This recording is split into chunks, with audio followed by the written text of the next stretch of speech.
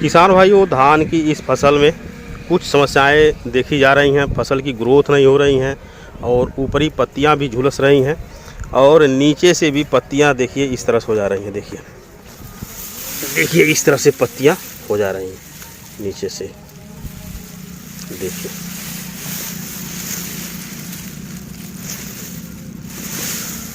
और इस तरह की समस्या यदि किसी धान की फसल में आती है तो समझ जाइए कि आपकी धान की फसल में शीत ब्लाइट बीमारी आ चुकी है।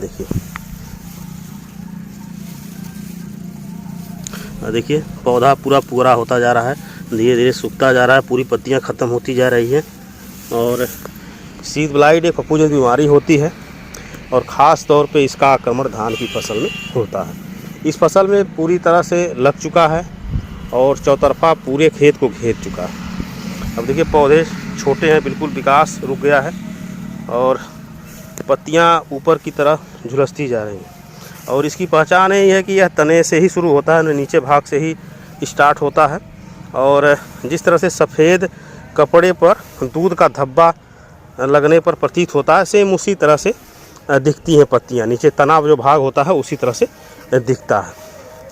तो इस तरह के यदि लक्षण दिख रहे हैं आपके तने भाग पर, यानी कि सांप की केंचुली की तरह यदि आपका तना दिख रहा है, तो समझ जाइए कि आपकी फसल में शीत ब्लाइट बीमारी आ चुकी है। और ख़ास तौर पे इस बीमारी का अटैक जब फसल 50 से 60 दिन की होती है तो उसी समय आता है। और यह काला नमक की फसल है, यानी लॉन्ग वैरायटी है। अभी इसमें बालियाँ कम से कम 20 दिन बाद ही निकलेंगी और फसल की ग्रोथ बिल्कुल रुक चुकी है। अब आप देखिए ये पौधा बिल्कुल छोटा हो चुका है और देखिए इस तरह से लक्षण जो है दिख रहे हैं पत्तियों पे, तो शीत ब्लाइट बीमारी के सब लक्षण है।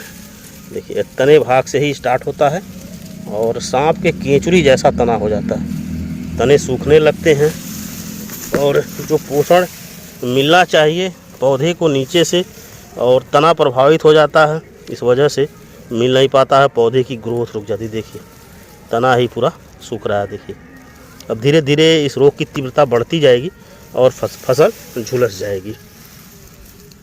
देखिए इस तरह से पत्तियां हो जा रही हैं। देखिए तो इस बीमारी को पहचानिए। यदि अपने खेत में आप जाते हैं तो अपने पौधे के तने को ज़रूर देखें और पत्तियां इस तरह से यदि दिखाई दे रही हैं तो समझ जाइएगा आपकी फसल में शीत ब्लाइट बीमारी आ चुकी है। और इस खेत में बहुत ज़्यादा है, पूरे फसल को चपेट में ले चुका है। आप कहीं भी देखेंगे तो इस बीमारी का देखिए अटैक है। देखिए कहीं भी आप देखेंगे तो बीमारी का अटैक हो चुका है और इसके गंभीर परिणाम होंगे यदि किसान भाई ने इस बीमारी को नहीं रोका। तो इसके लिए तो कई फंगिसाइड दवाएं हैं जिसका इस्तेमाल आप स्प्रे के रूप में कर सकते हैं। सबसे अच्छा तो कॉपर ऑक्सीक्लोराइड ही है। आप 40 से 50 ग्राम टंकी के हिसाब से ले लीजिए और इसके साथ आप चाहें तो स्ट्रेप्टोसाइक्लिन मिला लीजिए। स्ट्रेप्टोसाइक्लिन और कॉपर दोनों को पानी मिलाइए और खूब अच्छी तरह से स्प्रे करिए। यानी कि मान लीजिए 1 एकड़ खेत है तो आप 1 एकड़ में कम से कम 12-13 टंकी पानी डालिए। जो पानी हो दवा का वो नीचे तक पहुंच जाए, यानी कि नीचे यहाँ जड़ तक पहुंच जाए, पूरा विधुवत या पौधा धुल जाए, तभी आपका ये बीमारी रुक पाएगी। तो बहुत गंभीर बीमारी है और ख़ास तौर पे उस समय आता है जब हमारी फसल में बालियाँ निकलने का समय आता है, कि 50 से 60 दिन की फसल हो जाती है तो उस समय आता है। तो बीमारी को रोकना बहुत ज़रूरी है। अब देखिए पूरा इस पौधे की पत्तियाँ जो है ख़त्म हो रही हैं। देखिए सारे पौधे जो है प्रभावित हैं शीत ब्लाइट बीमारी से। वहीं आप टेबुकोनाजोल 25.9% का भी स्प्रे इस बीमारी के लिए कर सकते हैं और 250 से 300 ml प्रति एकड़ इसका डोज होता है। और बायर कंपनी की फोलिक्यूर नाम से आती है, बहुत अच्छी दवा साबित होती है। यदि इसका भी इस्तेमाल आप इस बीमारी के लिए कर देते हैं तो बहुत अच्छा रिजल्ट मिलता है। वहीं सामान्य दवाओं की बात करें तो मान लीजिए कोई बहुत अच्छी दवा नहीं मिल पा रही है तो आप कार्बेंडाजिम मैनकोजेब का भी स्प्रे आप कर सकते हैं 400 ग्राम प्रति एकड़ की दर से।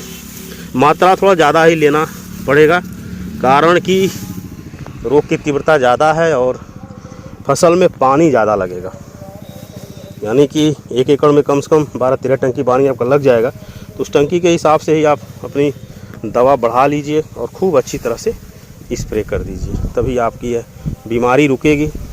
और भी बहुत सारी दवाएं हैं जिसका इस्तेमाल आप कृषि से संबंधित जो दुकानदार होते हैं उनसे आप संपर्क करके ले सकते हैं। तो देखिए यह पौधा पूरी तरह से झुलस चुका है देखिए, और यह काला नमक वैरायटी है। और देखिए पूरा रोग की तीव्रता इसमें ज़्यादा है और पूरी फसल झुलस के ख़त्म हो जाएगी।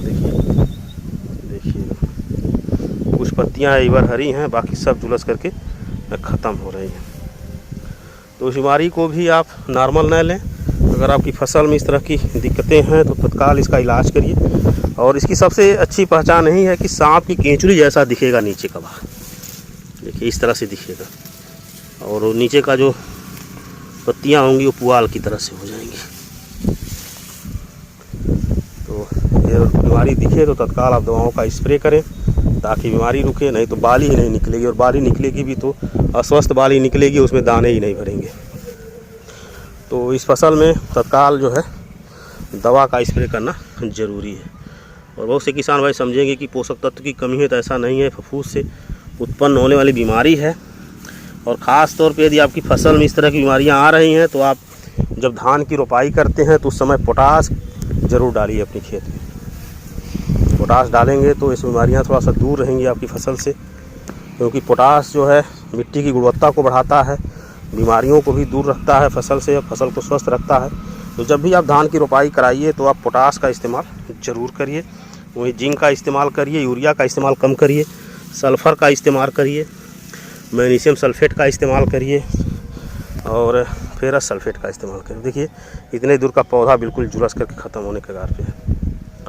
तो ये सीड ब्लाइट बीमारी है, उसको कंट्रोल करना बहुत ज़रूरी है। अब किसान भाई इसमें दवा डालेंगे तभी बीमारी कंट्रोल होगी। तो इस तरह की समस्या यदि आपकी फसल में है तो आप दवाओं का स्प्रे करके समस्या निजात पा सकते हैं। तो किसान भाई जानकारी कैसी लगी कमेंट में ज़रूर बताएं। अगले वीडियो में एक नई जानकारी लेकर के फिर मिलेंगे, तब तक के लिए धन्यवाद।